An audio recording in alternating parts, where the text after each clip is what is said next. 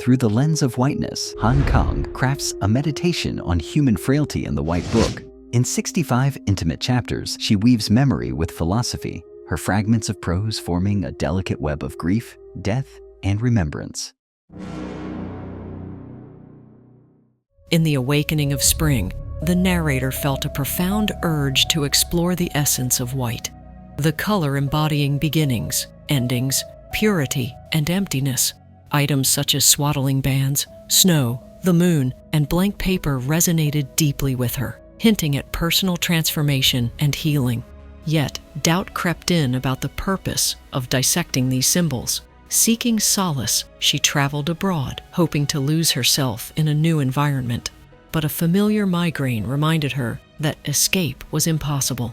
These persistent migraines, haunting her since adolescence, heightened her awareness of time's passage and life's fragility. Years earlier, she had moved into an old apartment, painting its rusted door white, a gesture of renewal, masking both the space's scars and perhaps her own. The white swaddling bands signified comfort and new beginnings, contrasting sharply with the loss of her premature sister. Her mother's heartbreaking story of a delicate sister who never survived infancy haunted her childhood, representing the fragile line between life and death. In the foreign city, fog blurred the boundaries of past and present, mirroring her sister's fate amid the city's history of destruction and rebirth. Echoes of lost lives resonated in the streets, where white candles flickered at memorials, evoking resilience and the enduring human spirit. Ordinary objects glowed with white, reminding her of her sister's brief existence and their unspoken connection.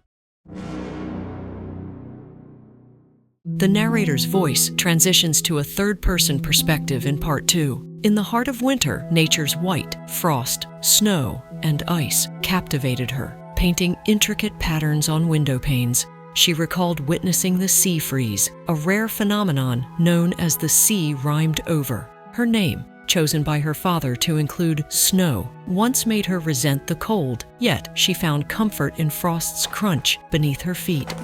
As she walked through the foreign city, she awaited the first snowfall, longing to capture its beauty in her writing. When it arrived, a single flake against her coat became a symbol as the streets transformed into seamless white. Memories of a shipwrecked man in a snowy alley reflected life's indifference as snow fell indiscriminately. She dreamed of living where snow never ceased, reminded of a film where endless ice symbolized isolation. Standing by the shoreline, she observed waves breaking into white sprays, representing life's fleeting moments. Sleet blurred her vision, reinforcing her understanding of life's impermanence without weighing her down.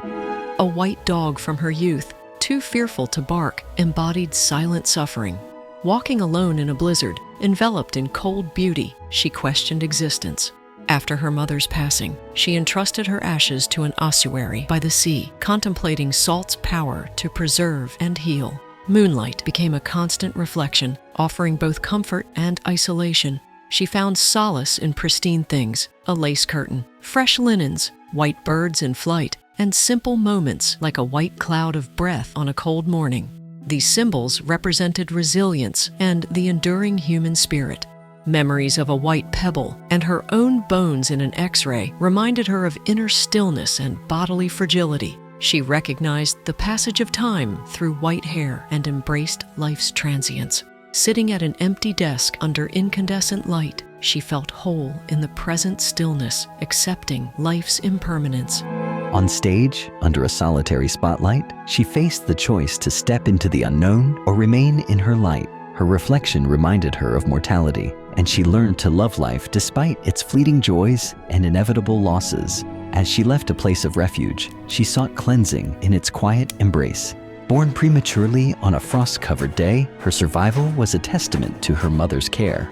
Walking through a snow-laden reed bed, she embraced uncertainty, choosing not to answer her doubts. She imagined white butterflies as restless spirits, recognizing that true healing required acknowledging all losses.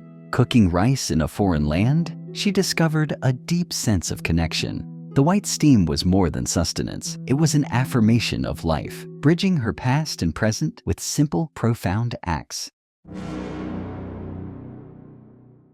In the final part of the novel, the narrator's voice returns to a first-person perspective.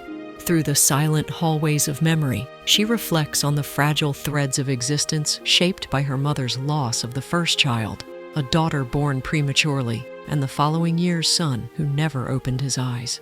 These brief lives allowed her own birth 3 years later and her younger brother's 4 years after, intertwining her existence with their absence. Her mother carried these sorrows in silence until death, each memory a scar she would never speak of.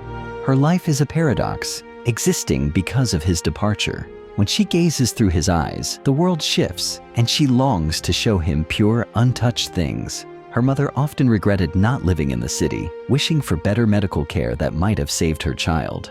If he had survived, she wouldn't be here to mourn his absence, their lives forever linked in the space between darkness and light. Seeking answers, she learned from her father that he had buried her sister alone on a mountain, wrapped in a white shroud. She longed for an older sister, Unni in Korean, to guide and comfort her, but this sister remained forever a dream.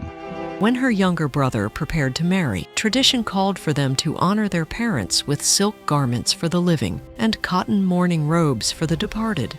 They burned the white mourning robes for their deceased mother in a meadow beneath the temple, hoping the essence would reach their lost loved ones. As she watched the smoke fade, she wished her mother could wear the robes and dissolve into the smoke like wings. In the stillness that followed, she held her hands to the warmth of memory. One night, after tucking in her 12-year-old son, she returned to her empty desk, the word Unni echoing, a reminder of beginnings. She whispered, "Don't die, live," to commemorate her lost sister. As the narration draws to a close, she reaches a profound resolution, perceiving an all-encompassing whiteness in everything around her. In this vision, loss is transformed into a source of enduring strength,